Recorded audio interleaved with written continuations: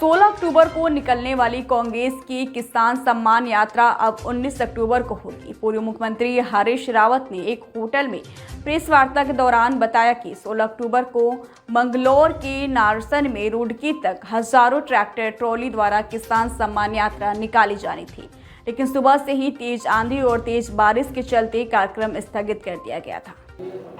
किसानों को हो रही भारी असुविधा को देखते हुए हमने उसको स्थगित कर दिया। अब हम 19 तारीख को 2 बजे गुरुकुल नारसन से प्रारंभ करेंगे और रुड़की में एसडीएम चौक के पीछे उसका समापन करेंगे। किस तरह की यात्रा रहेगी, क्योंकि पहला चरण आपने जब क्या लगता है कि किसान इसमें कितनी भीड़ होगी और किस तरह के किसान? हम रुड़की के बाद लक्सर के बाद भगवानपुर, फिर डोईवाला, हमने ये सब एरियाज़, छिद्दरवाला, श्यामपुर, ये चयनित कर रखे। हम इन एरियाज़ में भी किसान सम्मान यात्रा निकालेंगे और जब तक सरकार किसानों की मांग पूरी नहीं करेगी तब तक ये किसान सम्मान यात्राएं निकलती रहेंगी।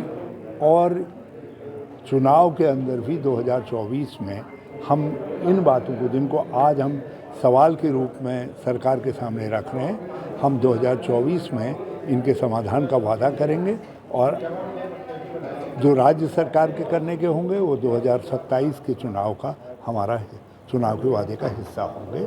हम किसानों की बातों को आज उठा रहे हैं, कल यदि हम उसके समाधान की स्थिति में आएंगे तो हम अपने को समाधान के लिए वचनबद्ध कर देंगे।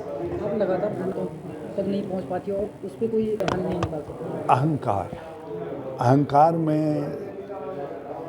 दृष्टिबाधिता भी हो जाती है, कान बाधिता भी शुरू हो जाती है और लोकतंत्र में अहंकार स्वीकार्य नहीं है।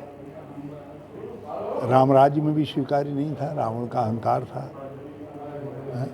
और आज तो लोकतंत्र है, ये भी राम राज्य का दूसरा फॉर्म है, तो लोकतंत्र के अंदर भी अहंकारी का सब नीचा। क्या इसका खामियाजा 2024 में भुगतना पड़ सकता है?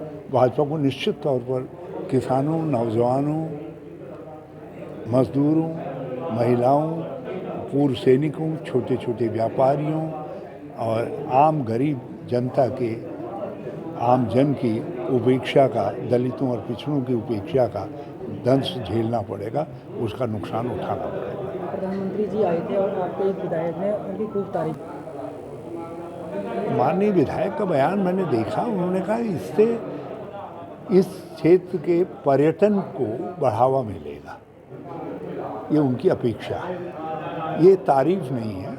उन्होंने कहा कि ये क्षेत्र चर्चा में आ गए, इसलिए हम धन्यवाद देते हैं वो आए, क्योंकि वो अपने चुनावी प्रचार के लिए आए, वो कहीं का भी चयन कर सकते थे। विधायक जी ने कहा उन्होंने मेरे क्षेत्र का चयन किया, मैं उनको धन्यवाद देता हूँ। बाकी जो राजनीतिक मुकाबला है उसको करने के लिए मैं तैयार हूँ। एक ड्रेस का भी आपने